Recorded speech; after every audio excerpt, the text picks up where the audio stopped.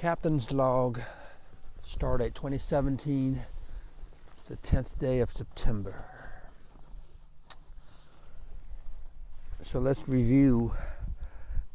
This is the second night we've camped in Mother Russia since we came through Mongolia. We found a nice lake and camped out in 125 miles north of Vladivostok. Last we spoke, we had slept in a tire shop, Victor's tire shop. The next morning, got up at 7, packed up, on the road at 8 o'clock. Oh, it was chilly. I wouldn't have known it. I'm sure glad I slept in that tire shop because it went down to 0 degrees outside. Victor said it was going to be cold. Didn't realize it was going to be that cold. At least sub 40s right now. And it's already late, you know. By the time I got filled up for gas and got set up, it was probably close to 10 o'clock. So it's getting cold and it's late and dark. Plus, this damn place has a stone brick oven. And he put the logs up. You see him chopping the wood and getting everything. So he was doing everything to accommodate my needs the best he could. You know, he's got a one-room place down there with him and his wife, so it wouldn't be right to try to squeeze me in. But to be a perfect stranger, and to be honest too, my experience so far with the older generation Russians, they're a bit skittish with strangers, not as friendly. But right off the bat, I was so moved with the fact that he gone the extra mile to make sure a stranger traveling through his country, was cared for. Anyone else, I think, would have just pointed me to the gas station and be done with it. And that's pretty much what I asked. Just show me the gas station, and then I'll load up. And in the cafe, I had used Google Translate. I told him, that you're a very kind and generous person. Thank you for helping me out. And that's all I said to him. That I could say to him that and thank you multiple times. But instead of just taking me out to the fuel station that I asked, he brought upon himself to ensure I was had a place to sleep that was nice and warm. That was his shop, a perfect stranger extending that kind of kindness. It really moves you in ways that just the basic core of it is just the simplicity of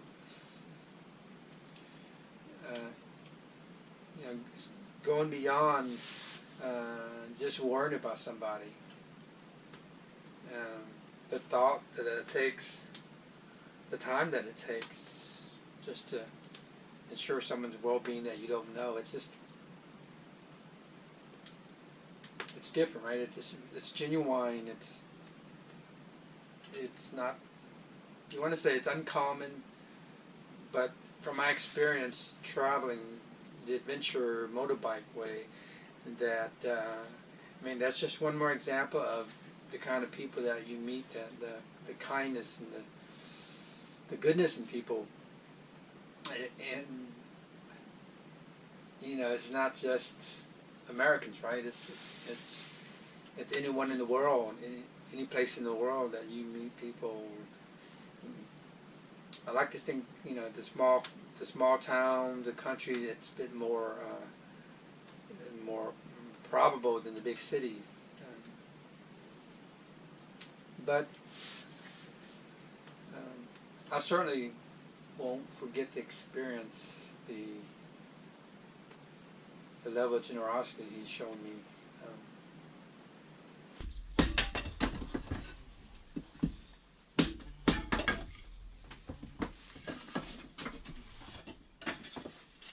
Man, I won't freeze to death tonight.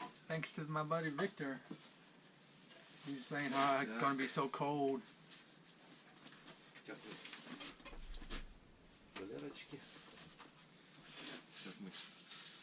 Бензин. Benzene, yeah. Бензин.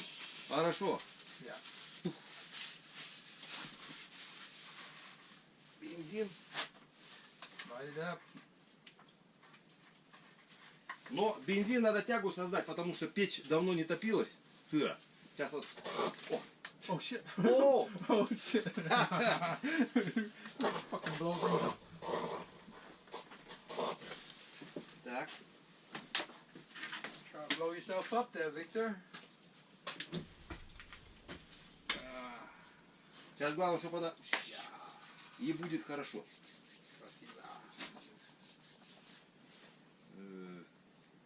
Дверь закроете? Дверь. Так. Lock it, yeah. Замка нету, так, сейчас придумаем что-нибудь. Okay, you can show me. My friend Victor has been a wonderful person and an awesome Russian inviting me to his home. So I want to thank you. Спасибо. I don't know how to say thank you. But Удачи, удачи. Удачи. Удачи. In the morning, there was ice all over the bike.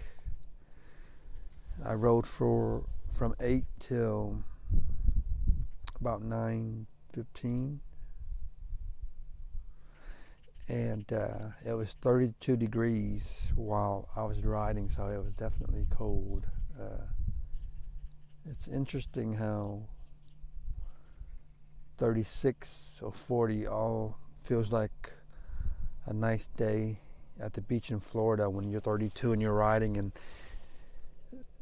you could tell the change in 2 or 4 degrees. You know, when it reached 36 degrees, I could feel it, and when it hit 40, I was about to take my clothes off because it was so warm. Anyhow, I passed this cafe and was debating whether to stop or not for some borscht, some soup, and some hot tea, and I saw that bike, an overly loaded African twin.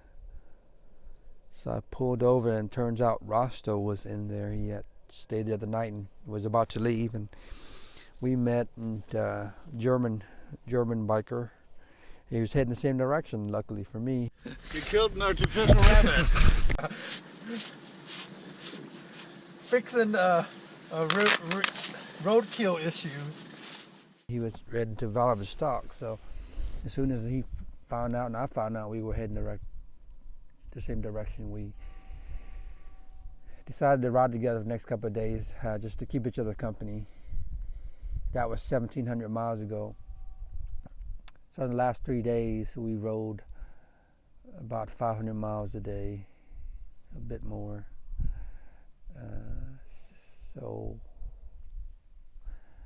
We are 125 miles from Vladivostok. We're going to ride into town, have a nice lunch,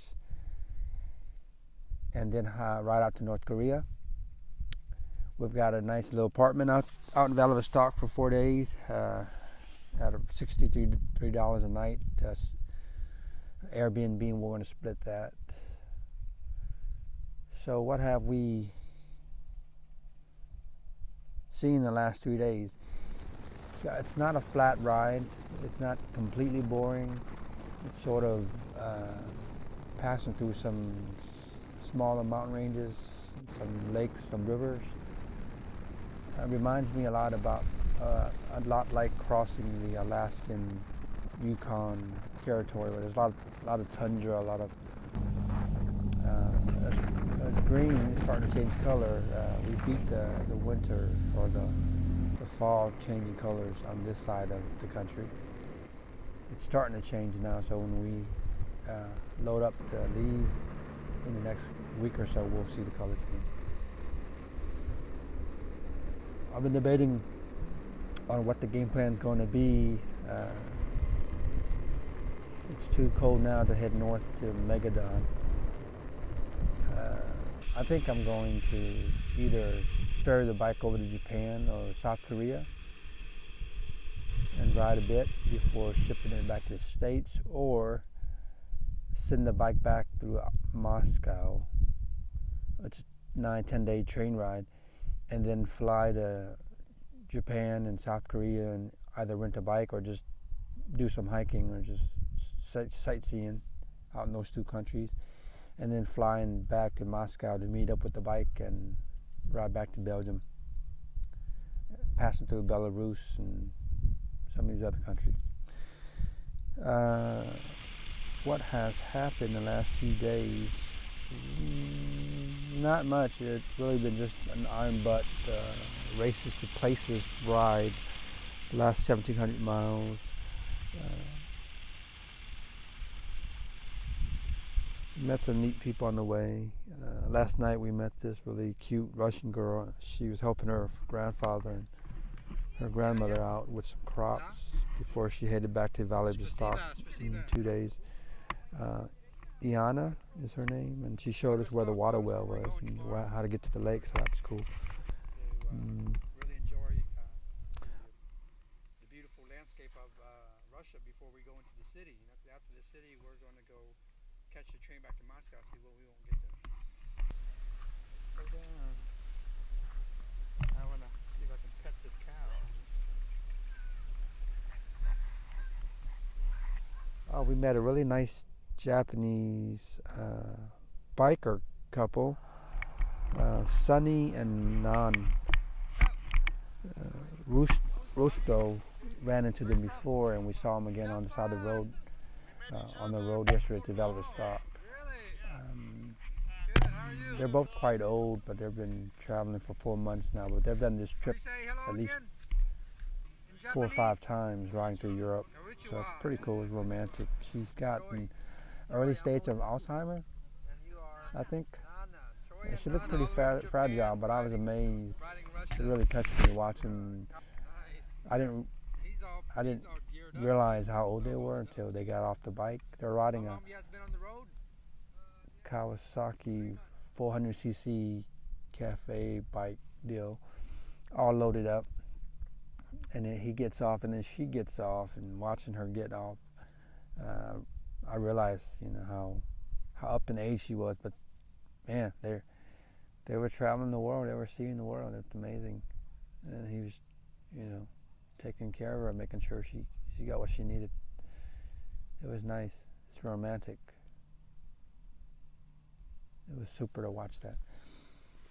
Anyways, they're ferrying the bike back to Japan on Wednesday, and I'm hoping to catch the same ferry with her, and maybe I could come visit them in Japan. That'd be awesome. Okay, so this is the left side of the wheel where the bearing has come off. Just lovely. Rosto, what's your opinion on bearings? Well, I would say it's still good for 2,000 miles. No, not anymore. Forget it. Everything, it's all falling apart. Like.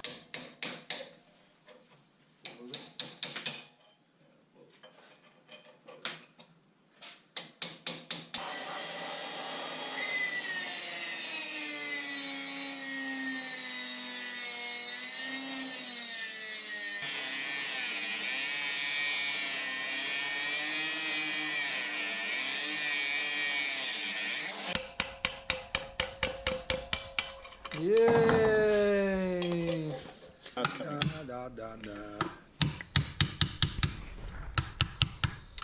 Web camera, man. Anyhow, before I end the tape, I wanted to do a demonstration of conversational Russian on how to pick up a Russian wife. So if you find yourself a nice Russian woman walking around somewhere, you say to her, "Привет, baby," because baby is a universal word, right? "Привет, baby. Как зовут? Anna? Нет. Natalie? Well, not Natalie. It's Natasha. Natasha? Нет. Katiana. Da. Katiana. Tita Krasiva. Which means you're so beautiful. And then you throw out the rest of the words you know. Izvinice. Pastausta. Spasiba. There, see? And then when she responds, she may be mad, she may not be. But you just say,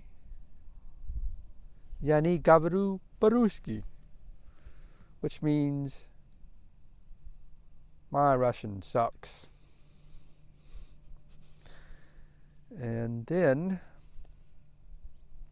either you get a slap in the face or you get a nice smile. And if you get a nice smile, then you sign language, which means let's have dinner together. And I'll call you on the mobile. Okay, so that's enough for today's log. Captain's out.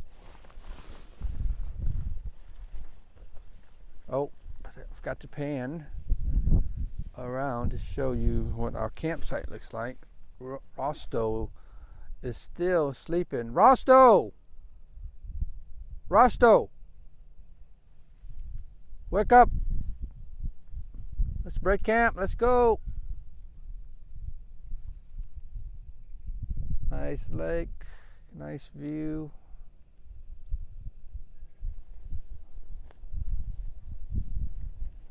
Nice country pasture. A lot of cow patties.